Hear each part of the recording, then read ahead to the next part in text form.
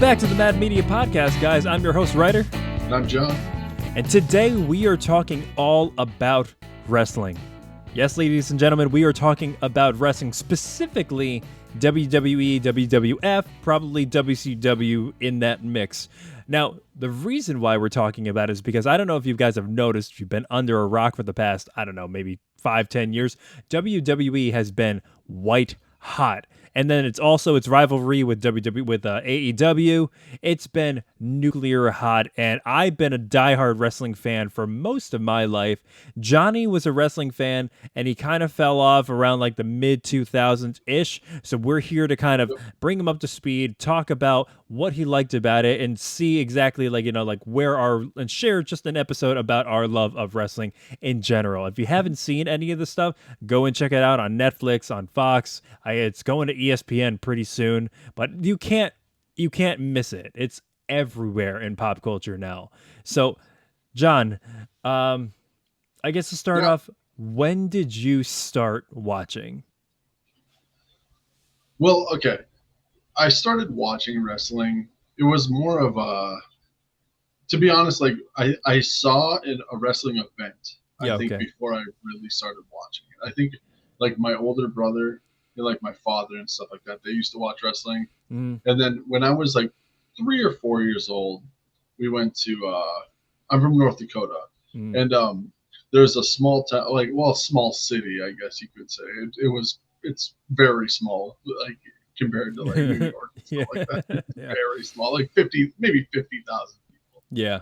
And they had a WWF when it was regional, like when they still did the markets and stuff like that, the AWA and stuff like that. Yep.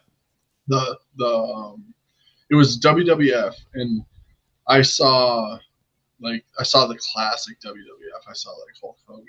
I saw Macho Man Randy Savage. There's a picture of me somewhere. I still haven't found it. It's just lore at this point until I find it. But I got a picture of Coco Beware with me and my brother, and Ultimate Warrior, stuff like that. And it was in this small little venue. Yeah. And I remember seeing that, and I think that's kind of what got me into it. I saw it live before I saw it on television. That's cool. Yeah. So it was kind of weird. And I was also 3 or 4 years old, so I really didn't know what was happening. Yeah. I just knew there was a lot of it was just probably sensory overload for a kid, you know what I mean? Yeah. Like with the noises and stuff like that, and just jack steroid dudes running at people. But I guess that's kind of what got me into it. And then I started watching, like, I was born in 88. So I started watching like the early 90s and stuff like that, like the Halloween Havocs. And I started watching like the old Cactus Jacks, like old Terry Funk, stuff like that. And then, I don't know, it just kind of grew from there. And then the Attitude Era of WWF hit with like Stone Cold Steve Austin and, Kane, like early Kane, and then even like Undertaker. I would say early Undertaker, and then that era Undertaker. That's when I really got into it. You had you had the Road Warriors. You're familiar with like Hockey Animal. They're very iconic. And then the Bushwhackers. Do you remember the Bushwhackers? Oh my God, yeah. Stuff like that. I mean, it was more when Stone Cold and stuff like that came around. It was more where it tilted on being so ridiculous. You know what I mean? It kind of tilted. It kind of evened out. Like there was entertaining matches, and then there was like your backstage stuff. Yeah. So I guess like that's when I really started getting into it. Like probably elementary school years. You know what I mean? Okay. Like that seems to be when a lot of people get into it. It seems to be harder to get into it when you're an adult and you already have your preconceived notions about the world. Well, we're like when we're young, we're all angsty and we like to fight and stuff like that. We used to be big into wrestling, like the sport wrestling and stuff like that. I used to wrestle, so it was a different aspect of that. Basically, you know what I mean? Like there was no turnbuckle, but we practiced wrestling and stuff like that. Yeah. That's what one funny thing was the first time I saw the UFC. It was when Ken Shamrock was Oh in the my UFC.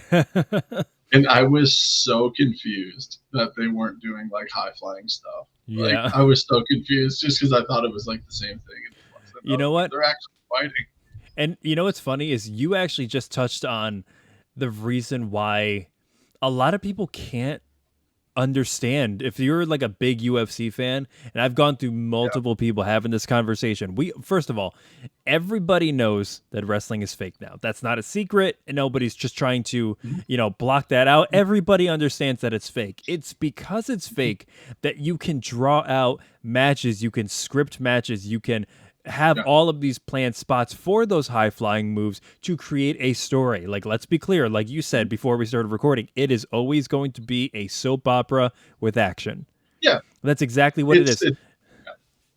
It's Days of Our Lives with a little bit of with like somebody getting tossed through a table. That's Yeah, all it is, really. exactly. Like UFC, you have no idea. Somebody could come out with the Superman punch and it could be over just like that.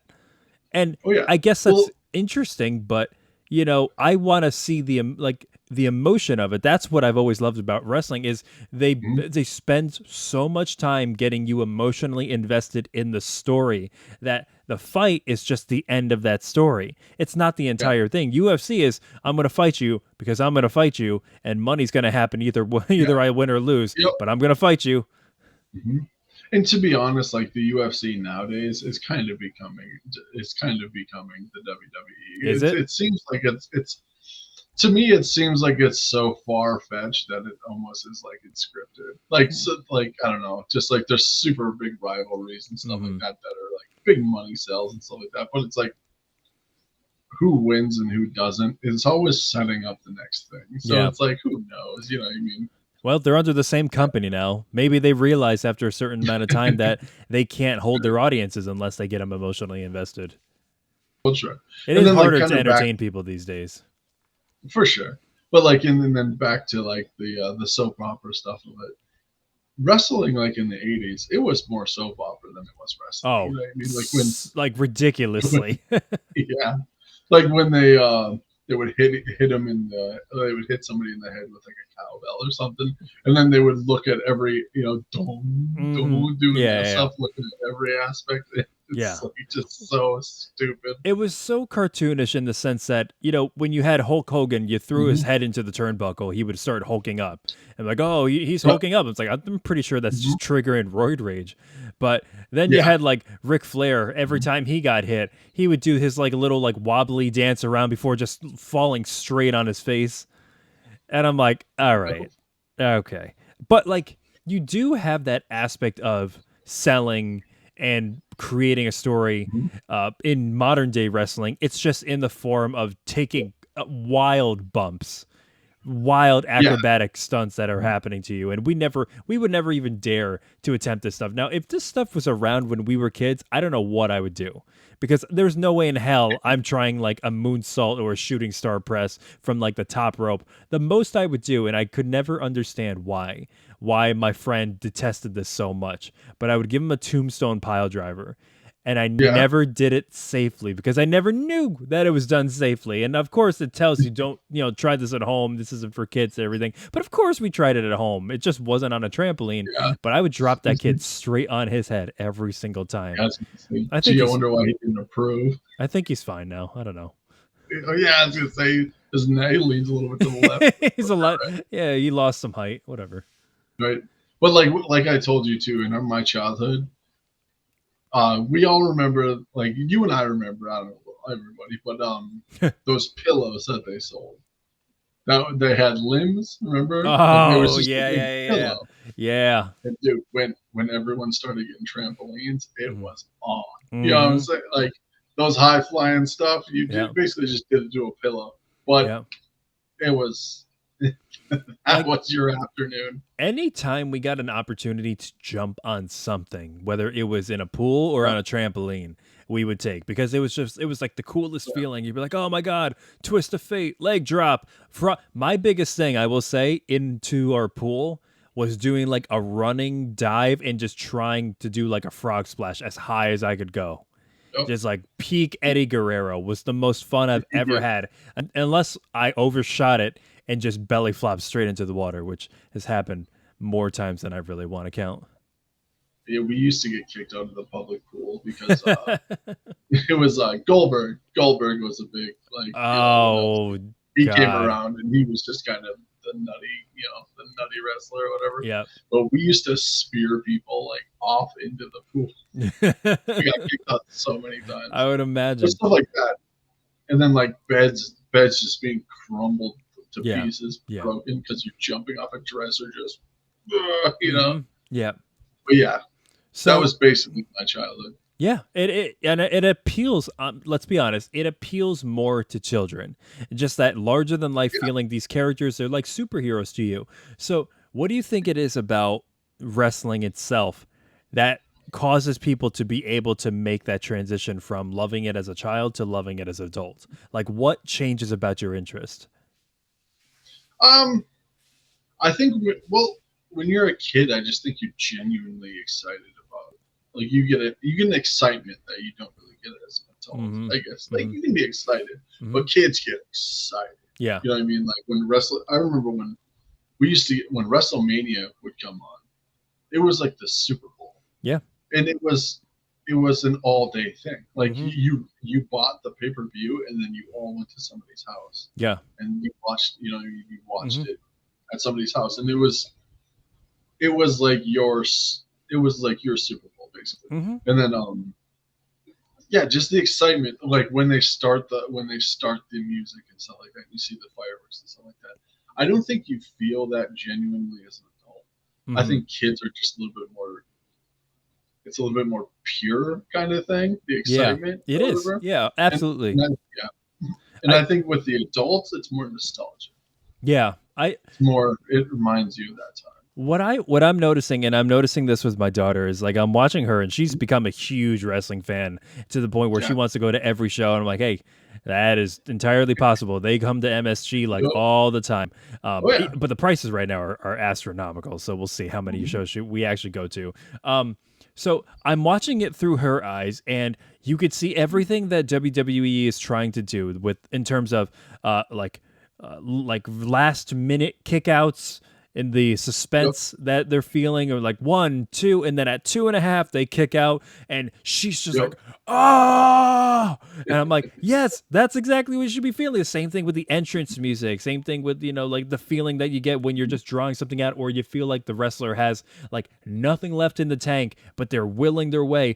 So that's the pure side of it. On the adult side, I'm still getting the same energy, but I think it comes more from an appreciation for the story itself. Like, okay, they're not booking this character to where he's just losing this way, this quickly. They've built him up as this character who can withstand a lot of torture and torment. Let's see them actually play that out in the script. And then when they do that, I feel vindicated. Yep. And like, we've had this conversation before about childhoods. Now, our childhood was different than children nowadays. Like, it was very much, wrestling had a mystique about it. Yeah. Because Kane, we didn't know what Kane looked like. We didn't know who Kane was, and we didn't know if he was, a burn victim, if he was a burn victim or whatever. Like, these masks, like, you couldn't go on Twitter and message your favorite wrestler. You watched them on Monday, and then if you were lucky enough, you got to see them live. But that was really it. Like, you saw them wrestle, but they're not selling T-shirts after the show. You know what I mean? It's like, you're kind of just that's the little nibble that you got. Nowadays, you kind of know. I think that's kind of why, as a kid, I appreciated it a little bit more because as a kid, there was so many unknowns. You know what I mean? Like with the characters and stuff like that, like Rey Mysterio. Yeah.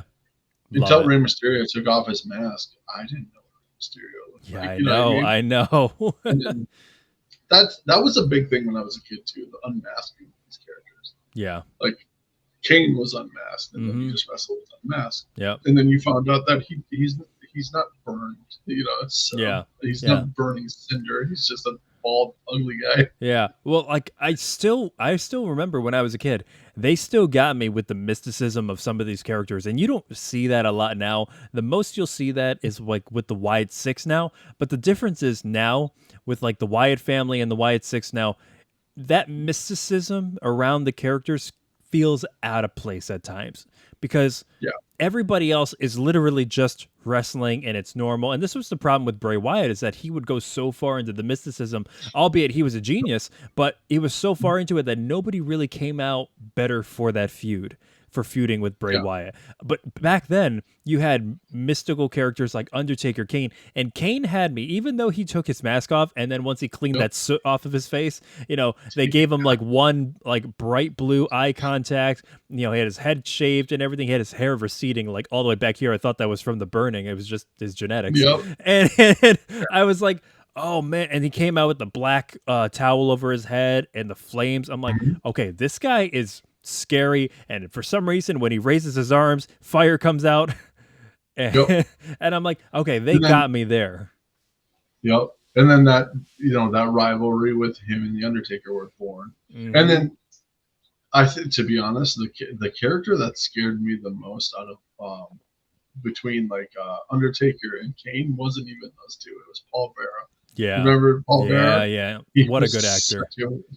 He was great, and he was so weird, but like he freaked me out, man. Like that was a big thing too. Like he would always switch between the Undertaker and Kane. Yeah. He was like the what do you call it? Manager. Yeah, manager, I guess. And he always walked around with the urn and everything. He's kind of like Paul Heyman now. Kinda. Yeah. Because Paul Heyman flip flops like crazy. Yep. We didn't. Did Paul Heyman? Did he start out with ECW? Yep. Yeah, he started out with ECW.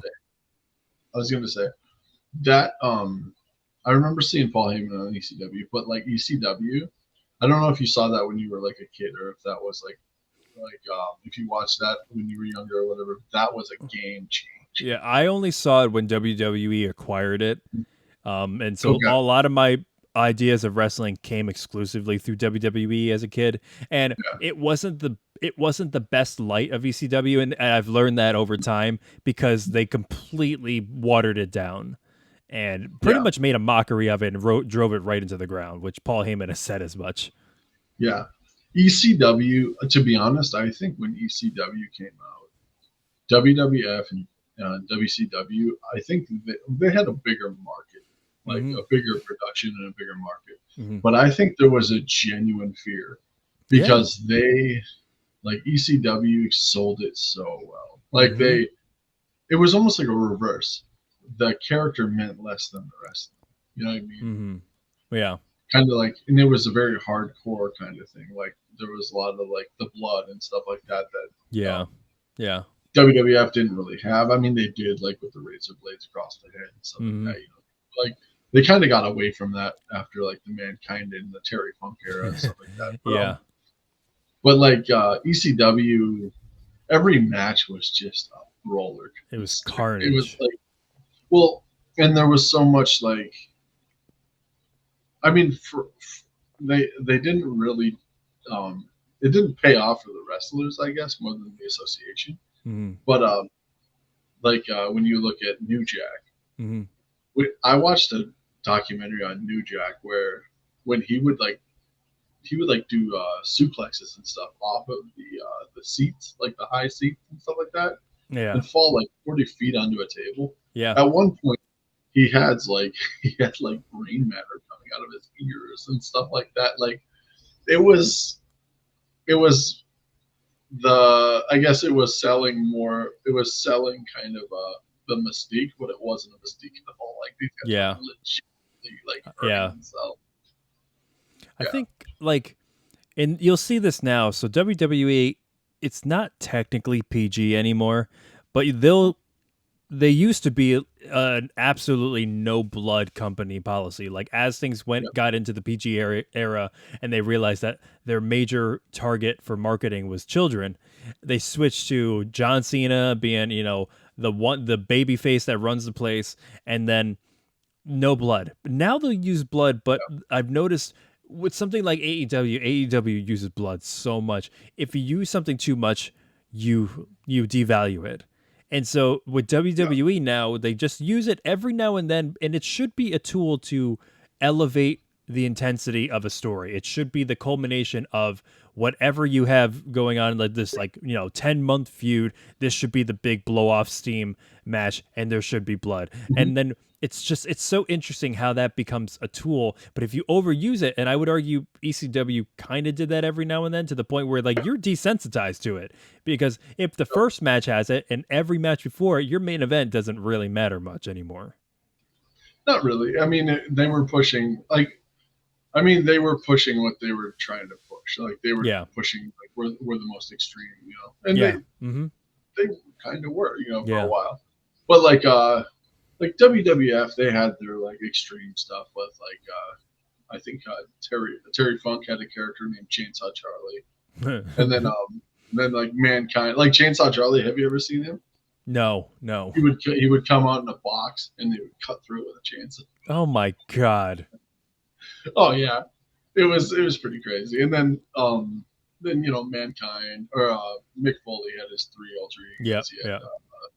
Mankind, Cactus Jack, and, Dude Love. Yeah. Yep. So they were all hardcore guys. Basically, if you saw Mankind, or Mick Foley, basically in any of those 3, there's gonna be some blood. Or there's gonna be some crazy stuff. Yeah, or like a chair shot to the head or something. Yeah, he was like the WWF kind of the stuck pig that bleeds and stuff like that. And he was always the one that took the worst of it. That I was trying to think. I was trying to think over time, like the wrestler that I knew that's put their body through on the line, like the most. I kept coming around to Mick Foley, because that guy just destroyed his body for everybody. Like The Rock, Undertaker, everybody. Yeah. Like how much teeth he's lost. Yeah. Well, to be honest, I think he had to find it. I mean, in a way, he was a good wrestler, because he was like, that's all he wanted to do when he was younger. Like I watched a documentary about him, and he like hitchhiked to WrestleMania one year. Like hitchhiked for hundreds of miles to WrestleMania. Oh my god. And there's a picture of him in the crowd, like showing him in the crowd, like as he hitchhiked like across America to WrestleMania. But like he wasn't like a physical specimen. Like he wasn't a huge guy. Nope. So I think he had to find his own lane. Yeah. Kind of thing. And then I think that was his lane. Like he was kind of the guy that you could do, and almost like the Undertaker. Like it didn't matter what you did to the Undertaker, he would always sit up. Yeah. You know what I mean? Kind of like that, like an indestructible person. Yeah. Like that. Yeah. But I mean, every alter ego he had though was kind of different. Like Mankind was like the punching bag kind of thing. Cactus Jack, he was more of like the extreme, like trash cans and tables and stuff like that. And then Dude Love kind of fell in the middle a little bit. Yeah. I don't remember much about him. Dude Love was fun. Yeah. He was just a fun character. He used to tell people he's gonna kick some heavy duty booty. It was fun. God, Mick is a genius. Yeah. I know like people like Mick Foley, people like Dusty Rhodes, they opened the doors for guys with different body types, because Vince McMahon, let's be clear, Vince McMahon had a very specific body type that he wanted, and it was the roided up, Ultimate Warrior, Lex Luger kind of guy, bodybuilder, fresh off the roid rage, and just get in the ring. It didn't matter if you could wrestle or not, because Ultimate Warrior couldn't wrestle. It was mainly about that larger than life character that Vince McMahon could sell. And now there's a much bigger appreciation for wrestling. And so like that's where I kind of wanted this conversation to lead into, is like the evolution over time, where you fell off. So what was like the last thing that you remember before you fell off? I remember there was a lot of I think the guys, like after I kind of quit watching, was like the more popular characters were your John Cena's. Yep. Randy Orton. What character of John Cena? The first one, Was like it the Thug Life one? Yep, Thugonomics, yep. No, like right when he came, the Kurt Angle was still big. Mm-hmm. Like he was still kind of pushing his. That's before, like it was kind of before he kind of fell off. I guess Kurt Angle was like he was big for a minute. Yep. And then like I think the Big Show was like just exiting, stuff like that. It wasn't too far after, like when they started purchasing everything. I kind of fell off. But yeah, I would say that era, like the first Cena era, and then kind of those guys kind of seeing their way out, like the Big Show was on his way out. Now, and then even The Rock, like The Rock before he became an actor, like pretty much before he started acting. Before he became famous for Scorpion King. Oh man, what a box office classic! If I ever see him, I'm gonna ask him, hey, weren't you that guy in Scorpion King? Right. What does he say at the beginning? It's like Hakuma Sente or something like that. I was like, unconvincing thing. I'll tell you right now, it's one of the worst CGI bits I've ever seen. Oh yeah, it was terrible. What was I gonna say? Oh, so if you don't mind me asking, what was there anything specific that caused you to fall off, or did life just kind of get in the way and it wasn't a priority anymore? I think I kind of. To be honest, it started to become kind of more, it seemed like it became a little bit watered down. Like, it seemed like there was too many like big characters, Yeah. Like when I was growing up, you had your 10, you know what I mean? And then everyone else was kind of up and coming. It seemed like everyone was kind of like a big character. Yeah. I would watch. Yeah. And it just kind of became saturated. It seemed like there was nowhere to go. Yeah. You know what I mean? Because you had The Rock. The Rock was huge. You know what I mean? Yep. And he was a heel that people loved. There's nowhere to go with that character. You know what I mean? If you're a heel that people love, what are you going to do? You can't piss them off any more than, you know what I mean, than you are. Yeah. And then you can't make them not love you by being the heel. And so you're going to bury your baby face who you pin them up against. Pretty much. So, but it just seemed like there was nowhere to go. And then on top of that too, when I watched it, like the theatrics and the ridiculousness was kind of part of it for me, I guess. Like I was watching something the other day. Do you remember Badass Billy Gunn? Oh my God. He's still wrestling. Did you know that? Oh my God, how old is that guy? Dude, he's 60. Let me show you a picture of him later on. That dude is, I swear to God, that dude is jacked for 60. I believe it. It is incredible. I don't know if he's still using roids. That's why he got fired from WWE, but like, it's unbelievable how jacked the 60-year-old man is. Right. Anyway, continue. But like him, when he was in D-Generation X, do you remember when he changed his name from Badass Billy Gunn to Mr. Ass? No, but he's known as Daddy Ass in AEW right now. Yeah. He used to go by Mr. Ass, and he would have it on his shorts and stuff like that. Wow. And it was kind of, and then you had like Val Venus. That was like, oh my God, Val Venus. He was supposed to be like a sex icon, but he was ugly as shit. Yeah. So it's like he was just, it was that much, like that amount of ridiculous. Like that kind of kept. Right? Yeah. And that was like ridiculous. Oh man, it was so stupid. And then like Shane McMahon, like when he first kind of came around to wrestling, and he was kind of the high flyer and stuff like that. And he was kind of almost like a Mick Foley, like he kind of put his body on the line and stuff like that for the better of the company. Oh yeah, absolutely. It seemed like they were making. They used to be kind of like a rebellious thing when I was a kid. Like they didn't. They seemed to not care about like advertisement and stuff like that. Oh my God, yeah. Rebel against that, and then it kind of started to shift, where it kind of became a little PG, like a little too much, like too much too quick. Yeah. And I think that's kind of what made me drop off. I started watching. I think I watched one pay-per-view. And it just wasn't entertaining anymore. Yeah. it didn't. It was too much in the middle. It didn't. It didn't want to go to the soap opera or the wrestling. It was just kind of in the middle, and it seemed like it was stuck. Yeah. You know what I mean? It seemed like they were in a transition period that they just couldn't transition. That is 100% fair, because I don't know if you've seen the rings now. They are covered head to toe in advertisements. And say what you want about Vince McMahon, and everybody will and should, but he kept that ring sacred. And so, you know, there was a segment recently, and I just sent you a picture of Billy Gunn now. He's I'm gonna see your reaction. Jesus. Right? That's him now in his 60s. It is. Oh my God. It's nuts. His two boys are wrestling in AEW too, and they're pretty damn good. Does the Road Dogg still? No, is the Road Dogg still alive? Jesse James.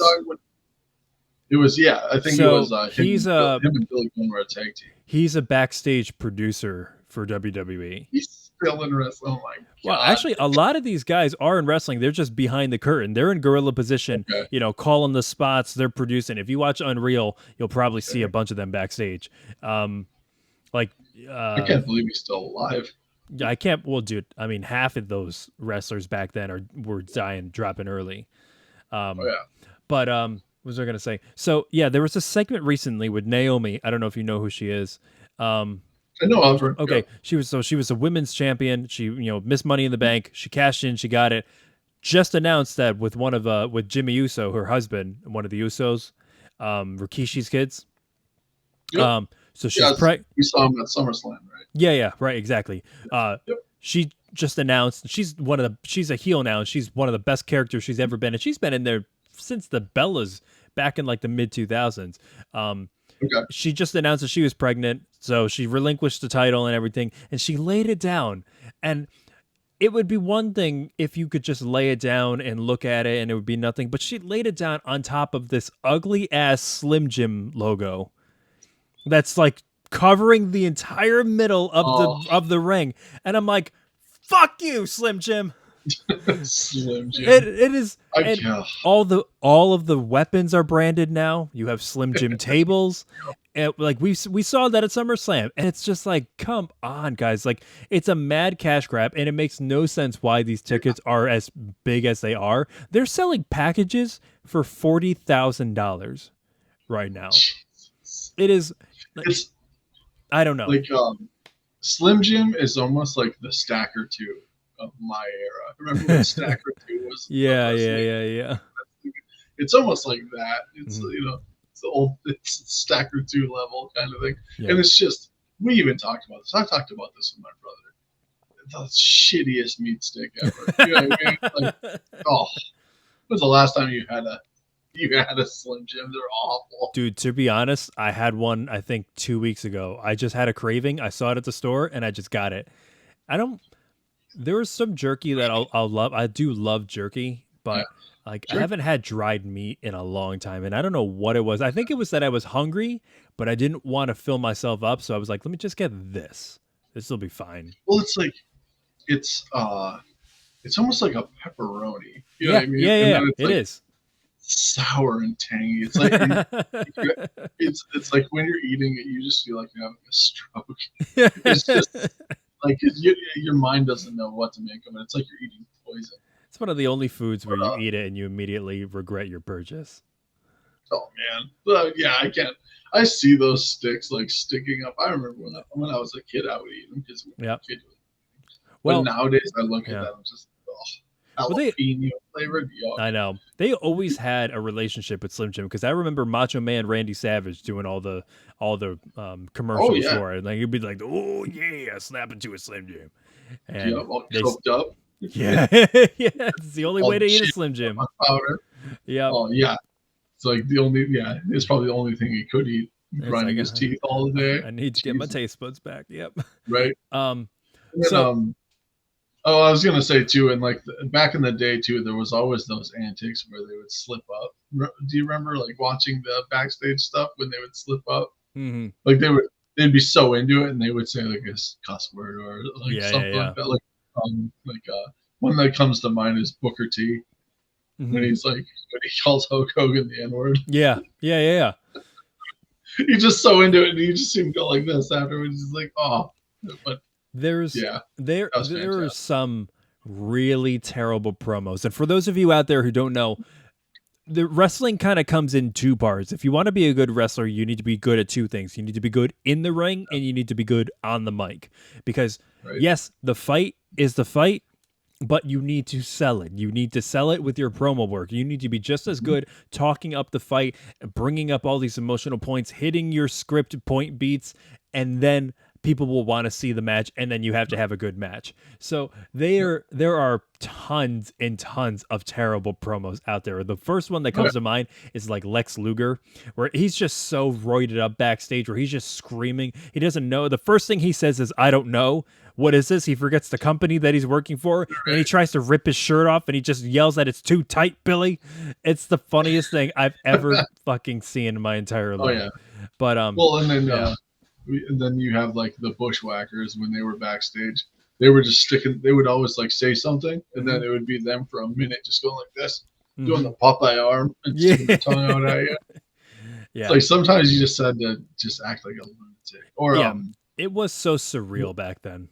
Yeah, when we talk about Dusty Rhodes, Dusty Rhodes, there's few people that could sell it better than Dusty Rhodes. I think like the mouth of the South, man. Yeah, he when he would do those little snippets, those skits like the Americana Gas and stuff like that. No one was better than Dusty Rhodes at that. Yeah, so good. That voice on that, like that voice was just so iconic. Like, can I help you? Yeah. Oh yeah, but just that Southern draw. He reminds me of just like people from my hometown. Take away the Southern accent, and like just Dusty Rhodes. He reminds me of people in my hometown. Just I could see that. Just when I was growing up. Oh man. Oh yeah, North Dakota. Yeah. So the shift now, where you left off, the baton was kind of taken up. There was a lot more Vince McMahon era, so he favored guys who were huge, like Big Show, Undertaker. Like if you were roided up and jacked with muscle, or you were as tall like as the Great Khali at like 7 foot, whatever, you were part of his circus, and that's kind of what it was for a long time. Yeah. It was a circus. It was the Great Khali. It was people over 7 feet tall who couldn't wrestle for shit. That didn't matter in a wrestling company. We're still gonna bring them in. And then people like little people like Hornswoggle. You remember like when they had all the little people wrestling each other, miniature versions of their real life characters? And I'm like, well, there was what is going on? Yeah, I was gonna say there's like certain people that come to mind. Like, well, obviously Andre the Giant was like the start of that kind of thing. I mean, he was that. And then you had King Kong Bundy, that big guy with the big. He was basically the Big Show before the Big Show. Yeah. And then, do you remember Kurgan? No. Kurgan was like a big. He reminded me. Do you remember Tiny in the House of a Thousand Corpses? Yeah, I think so. Yeah. The tiny dude, the guy that they called Tiny, but he was like massively tall. Yeah. And he was like drag bodies around. He kind of reminded me of that, just a human, like an actual like human form or whatever. Okay. He was part of he was part of the Oddities, those people that had the big Cartman doll. Oh, okay. Yeah. Yeah, he was part of that. But like the circus freak stuff, that's always I mean, that's always been a seller, you know what I mean? Yeah, and it really does say a lot about the audience, too, because he wouldn't keep doing it if the audience, well, I say that. They've shoved a lot of stuff down the audience's throat that they didn't want, but for the most part, he would listen to the audience, and if the audience didn't want stuff like that, he wouldn't do it. So, like, it does say a lot about us, especially when you get into the women, and the stuff that, like, the shit that he put the women through, like, my God, I would say one of the biggest things that happened since you fell off of wrestling is the attention towards women's wrestling. They got rid of the Diva moniker, they got rid of the butterfly belt, and they got an actual women's championship. And there are some major women that just took, and thank you to Stephanie McMahon, because she really pushed for women's wrestling. And to the point where, God, some of these women's matches are so much better than the guys. It is crazy how good some of these women are. and like that they're finally getting their flowers now, and they don't they don't have to dress up the way that Vince wanted them to dress up. Vince would actively tell them to not punch each other because he wanted to save that for the men. And like there were certain things that they would say that they couldn't do because they were told not to upstage the guys, which is crazy. Nowadays, upstage them all you want. Yeah. Well, like and then like towards the end of my watching wrestling too, that was kind of the first wave of that, where you had your Lita, and you had your Trish Stratus. You know, like they would actually wrestle and stuff like that. And then I think they had like a small women's title, but it was only like 8 of them. Yeah, yeah. Like 8 wrestlers, something like that. And then you had there was a black chick that was just jacked back in the day. I can't remember. Jazz. She was with I think Jazz. Okay. Yeah. All right.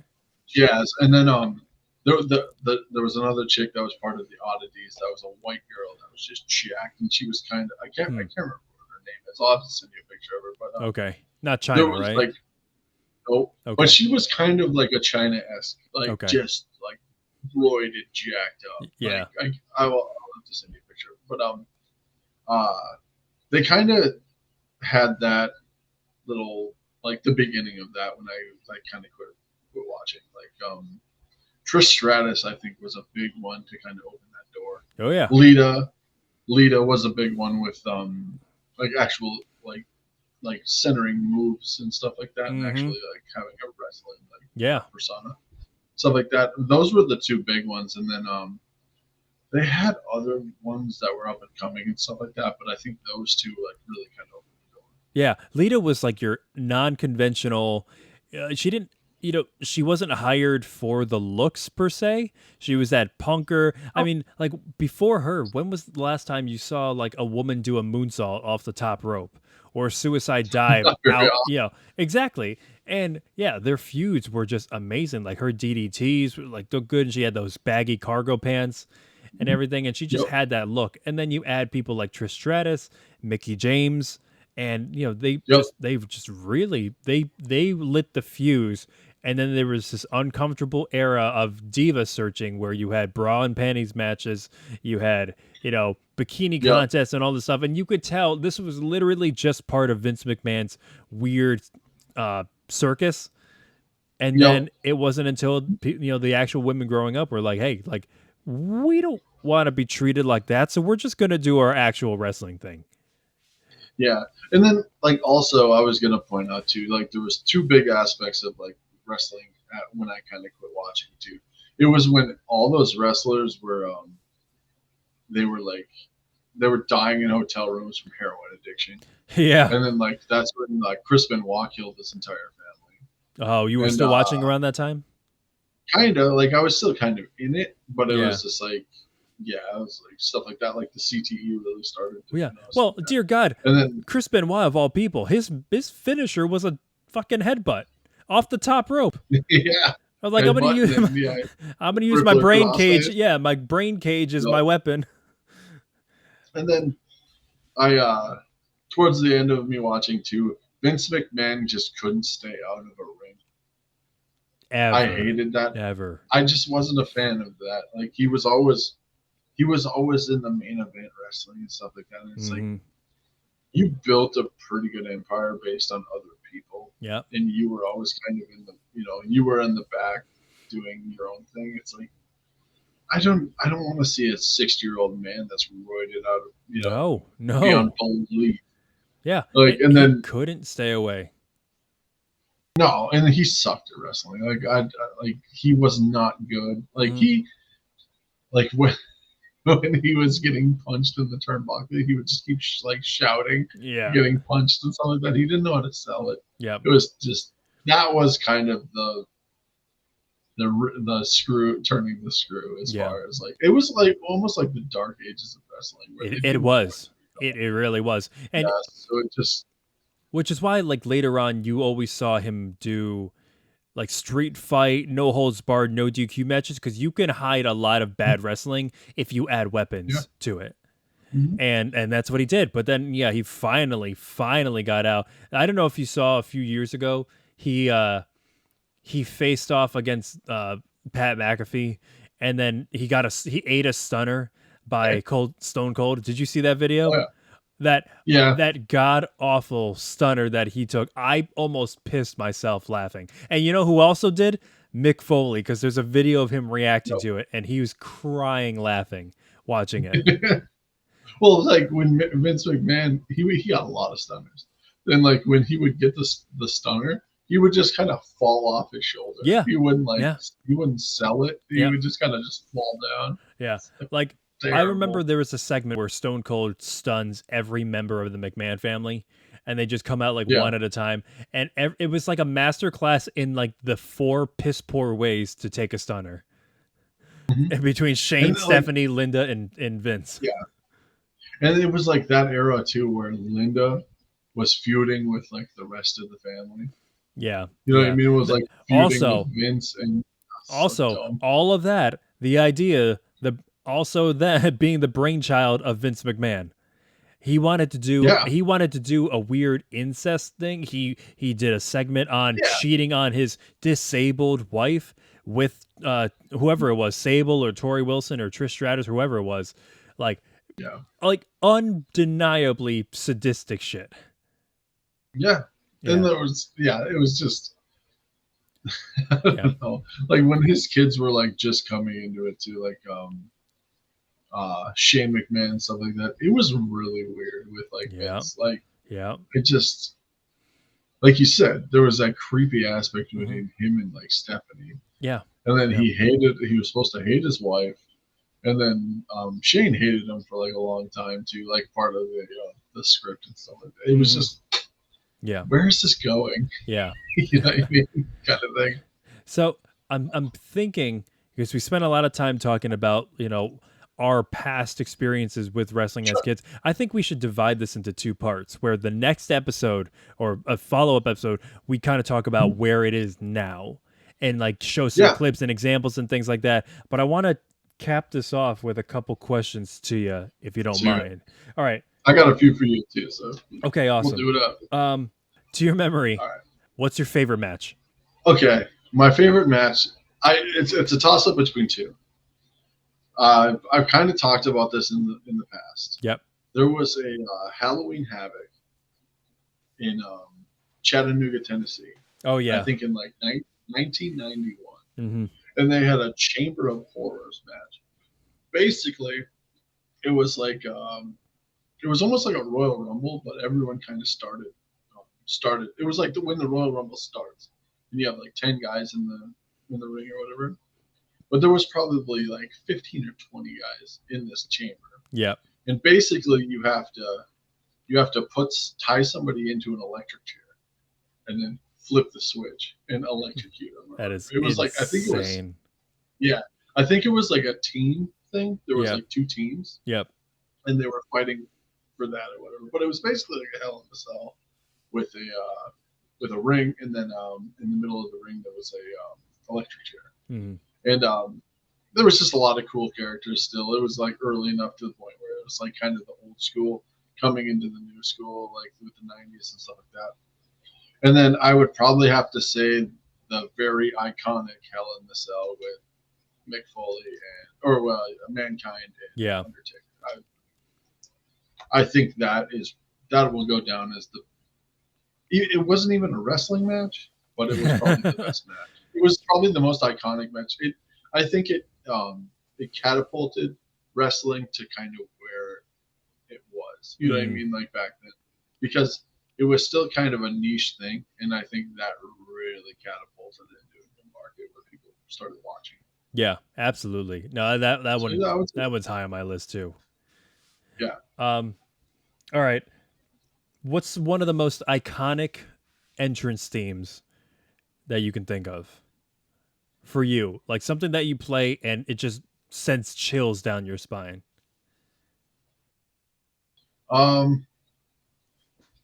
I think, to be honest, I think Cactus Jack. When you hear when Cactus Jack's theme is kind of it's similar to Stone Cold's in a way, but instead of hearing glass smash, you hear a car screeching. Yeah. And then it's like just like a guitar riff or whatever. But I think that is one of the like most iconic. Yeah, it's definitely recognizable. Because, for sure, because, and then also his entrances were very iconic because you hear that, and then all of a sudden you just start seeing trash cans fly through the, you know what I mean? Yeah, like, he's not coming out yet, just throwing shit out, and then he comes out with his gun. Yeah. I think that, for me, that's the most iconic entrance. Nice. Okay. Last one. What is your finisher move of choice? If you were to be a wrestler now, what finisher would you have? To be honest, I like the Swanton Bomb. Dude, I've always loved that. I've always loved you that. Can just hit him with your back and your head. Oh yeah. Jeff Hardy nowadays, he still does it, but he has to modify it because of the torque that it had on his back. And I can't figure out where it is because he would always hit him with like his upper back and kind of like slingshot after he hit the guy. But now he just drops straight on his back. So I don't know if that's better or not, but I mean, it always like looked amazing. Yeah. Well, I remember like seeing the Swanton Bomb for the first time. It was when those when they started getting a lot of those Japanese wrestlers into the WWF, and that was a finishing move for a lot of them. Like that. I don't know if that was a transition kind of thing from the Japanese wrestling to here. Yeah. But yeah, Swanton Bomb all day. Yeah, that's awesome. That's a good one. All right, go hit me. Yeah. All right, I got 2 questions for you. All right. What is this is kind of just well, they're both opinion, but what is wrestling missing? Like what does it have like out of like right now? What is it missing in your opinion? What could make it better? Interesting. What can make it better? I mean, it has the storylines. I think it tends to cater a lot to what is happening on the outside, and you're seeing a lot of the business take over it now, whether it's doing things for advertisers or doing things for business deals with Disney or Peacock or whoever they're doing it for. You know, they're trying to cater to different audiences, so they will have like Tyrese Halliburton in the crowd, and they'll talk to him a lot, or they'll have Travis Scott and The Rock come in, and then those storylines will just disappear out of thin air because something happened with Travis Scott, something happened with The Rock, and like a storyline was never completed. I think the thing that's missing the most from me is that they are focusing too much on outside crowd gaining instead of like in favor of good, deeply rooted storylines. A lot of times they just gloss over certain champions because they're just a transition to get to the next champion. Also, another thing that they're missing, it'd be nice if they didn't do any Saudi shows, but they keep doing Saudi shows. But also elevating younger talent. Some of their top guys right now are like 35 plus, like Cody Rhodes, CM Punk, Drew McIntyre, like Roman Reigns, Seth Rollins, and these guys, you know, they're not young pups anymore. So I'm looking at the younger talent and I'm like, what are you doing with these guys? And there's so many NXT call-ups that they just have yet to capitalize on. But that's another thing. Sorry, I'm thinking of so many things now. Too many shows. Definitely oversaturated with wrestling content. That one SummerSlam weekend that we did our live stream on, if you haven't seen it, check it out. We had like 12 to 16 hours of wrestling total on that entire weekend. Between the 2 SummerSlam events, there were some NXT events, there was AEW. It was nuts. So you're thinking of like more like a quality, not quantity kind of thing? Yeah, exactly. Raw is already 3 hours. SmackDown was 3 hours. It's back to 2 hours. But then you have NXT on Tuesdays. You have all of these little Saturday night main events that they'll have every now and then pay-per-view after pay-per-view after pay-per-view. It was like, Jesus Christ, enough. And when you have so many pay-per-views, you don't have enough time to build up a story for it. No, I get that. And then like, to like kind of the point that I was saying earlier too, where it became a little too saturated. Yeah. When I was watching it, there was no NXT.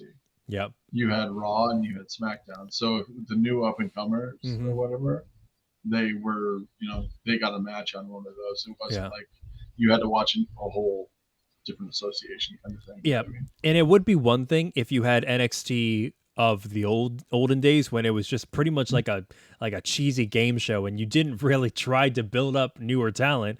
It was just all putting them through all these carnival shows. It would be one thing if it was that, then you could just kind of out of sight, out of mind, whatever. But it's literally its own brand now. Because the wrestlers on there are so freaking good. A lot of these guys, they're coming from, college athletics, but a lot of them are coming from the indies where they've already made quite a name. And so the guys that are the wrestling that is happening there is so good. You don't want to miss it. And so you're like, okay, I don't want to miss it, but my God, that's literally 6 and 7 more, like 6th and 7th hour of wrestling this 1 week. Yep. And then to that point too, there's a lot of regional wrestling in this area because there's a lot of camps that will teach you how to wrestle. So there's one called, I think it's Below Zero Wrestling or something like that. Okay. In this area, and there's a lot of good wrestlers that will never see anything above that because, like I said, it's so saturated that there's 1,000 people and then you know what I mean? It's like you have to, and then standing out is a lot harder too. Oh yeah. A lot of these, because it's like, I mean, there's characters and stuff in these regional ones, but you can't really go crazy with it because you don't have $1 billion industry behind it. Right. You know exactly. what I mean? You kind of have to hone your own thing to your needs. Yeah. Yeah. And at the same time, they've made the competition even harder when they have these next in line programs where they're just taking college athletes and since they partner with the UFC, it stands to reason that if some UFC guys get tired and want to retire from UFC, they're going to make the jump because they are literally the same company now. So you've saturated the pool of competition even more by adding those two other groups when you had a hard enough time competing against just other wrestlers. Yep. Oh, no, I was going to say, before I get to my last question, I have to ask you one thing. Yeah. CM Punk, where do you land on that when he went to the UFC? Oh. I just want to get your opinion. I'll give you mine. One of the funniest first matches I've ever seen in UFC. Because they spent so much time focusing on his training and everything. And they're like, oh my God, CM Punk, he's going to pull a Brock Lesnar. He's going to pull a Bobby Lashley. And then his first match, and he drops and taps within 2 minutes. Yeah. And he went against a world-class jiu-jitsu guy too. Yeah. So it's like he was always a show fighter. Brock Lesnar is literally a whole different beast. Yeah. He was a Division I. And Punk was a good technical wrestler, but he was better on the mic. And when he did it, he was in his mid-30s? He was old. He was old enough. So sure. So I don't know what you expected, but glad you came back to wrestling. For sure. I think he would realize that he had 2 fights. In the second fight in the UFC, he was kind of, for lack of better words, kind of just a punching bag. Yeah. But to be honest, a lot of people thought it was a joke, and it somewhat was. Mm-hmm. But I have to give him a lot of respect for doing it. Yeah. For just because you're stepping out of wrestling and you're going into something where you're gonna get beat up, basically. Yeah. I had a lot of respect for him in that aspect, that he kind of had the balls to step in there and do it. It is very ballsy at that age, especially. Yeah. But I knew it was a gimmick, and the fighter he was going against was an up and coming guy, but he was an animal with jiu-jitsu. Mm-hmm. And I'm sorry, but there's a difference, training for a year and then training since you were 7 years old at one discipline. There's levels to that game. You know what I mean? Yeah. I'd be surprised if since Punk had been training his entire life for wrestling, he gets his first punch by that guy and he's like, you didn't tell me you were going to do that. That's not part of the script, man. Right. Oh, he got the shit knocked out of him in the second fight. I got to go and watch that. The second fight was a lot of stand up, and he was getting absolutely pummeled. Yeah, you should watch that.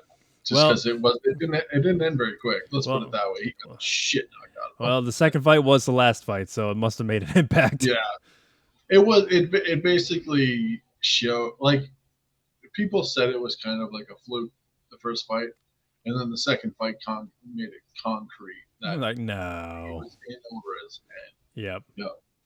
But okay, this is like kind of a two-part question. Okay. So the question you asked me, what would be your finishing move? Yep. If you were a wrestler, what would be your finishing move? That's the first part of the question. So knowing that I'm not a very big guy, they wouldn't give me something like, a jackhammer, because there's no way I could do it to like everybody. So it'd probably have to be something high flying. I would love to do a shooting star. Okay. The front forward backflip thing. Yep. Yeah, like that would be cool. And then you land. It's like you're standing forward, you're facing your opponent, and then you do a backflip by going forward. It's also called a gainer. Oh yeah. So it's like a bot. It's like it's a forward moving backflip, pretty much. Yeah, and then you land like chest to chest, basically. Yeah. Do you ever see Evan Bourne do that? Like, I've definitely seen the move. Yeah. Okay. Yeah. That would be cool. Yeah. So that would be it, the shooting star? Probably something high flying like that, yeah, where I could hit it to anybody and jump off of anything onto anywhere. Okay. And then part two, who would be your ultimate rival? Ultimate? Like if you could pick a rivalry. Somebody who I could get a good technical match out of, but also good mic. Also, somebody who like I could just like dissect. I was gonna say like somebody like Cena, but because he's good on the mic, but he's a terrible wrestler. Like maybe, all right, I would say. That's why it's hard, because it's like you have to have longevity with it. I know. So it's like, I would probably say CM Punk would be an amazing one, but CM Punk like Nexus era, like 2010s, 2011s. Not the CM Punk now. CM Punk now is not a character that I can really stand. Okay. I don't know if you've seen his stuff recently, but he's just gone. He went from being the rogue agent, the anti-WWE, anti-establishment. I'm going to, take my championship and leave when my contract expires. Like, F you, Vince McMahon and Triple H and Kevin Nash, to pretty much being the face of the company now, showing up in suits and saying, "Hello, insert name of the city that I'm in. It is so great to be here. I'm doing this for the people. The people want to see this." And I'm like, this is everything that you fought against when you were first fighting against Cena and Vince McMahon. And it's kind of cringy at this point, but I would love that to change. Old him, rival of the century. Okay. Yeah. For me, I was going to say, I kind of thought of a fun rival. It's a very not a very big character. Like he was never like a sellout character. But I think Jeff Jarrett would be a fun one. He's still wrestling, right? Oh my God! What? He's in AEW right now too. He's still smashing guitars. Oh yeah, yep. He and his wife never got out of that. Yep. His wife. Him and Karen. Yeah, who used to be Kurt Angle's wife. Oh God. Yeah. All right. I thought of a nice ender. All right, would you rather be a heel or a babyface? The heel, 100%. Yeah, heel's more fun. Heel's fun. You also, to be a heel though, you have to be actually kind of the better wrestler, because you have to take that babyface's comeback and whatever moves they throw at you, you have to sell your ass off for. So I give a lot of credit to the heels. Right. The only way I would like to be like a crowd favorite is if I was like a Jim Duggan kind of character. Like I had sayings and stuff like that, or like kind of 2x4 or something like that. Yeah. But heel all the way, because you can shit on the city you're in, anyone that's in front of you. You can tell the crowd to, all of you suck. You know what I mean? And then if they like you, then. But then that's another thing. It's kind of the Achilles heel, because if they like you being the heel, there's nowhere to go. Yeah, that was the problem they had with Cena this year, is that nobody bought the idea that he was a heel. They cheered him because it was his last year. What are you going to do? Nobody's going to boo him. Yep. If they like you being the heel, you can't just not be the heel. Then nope. Nope. You got to make a hard turn, and that's what they did. But yeah, the heel all the way. Yeah. All right. Feels way more. Yeah, absolutely. All right. So are we in agreement? We'll do a part 2 sometime. Yeah. We'll watch some matches. We'll do some reactions to that. That'll be fun. Do like some modern stuff. Send me like a few characters to dissect, or like matches to watch. Okay. Yep. You got it. Dissect that. Yep. And if you guys if you guys listening or watching, if you guys have any recommendations for matches that we should watch to later on down the road, let us know in the comments down below. John, do you have anything else? Nope, I think that's it, man. Yeah, all right. So we'll be ready for part 2 down the road. But until then, hey, thanks you guys for watching. Thank you guys for listening. I'm Ryder. And I'm John. We'll see you guys next time. See ya.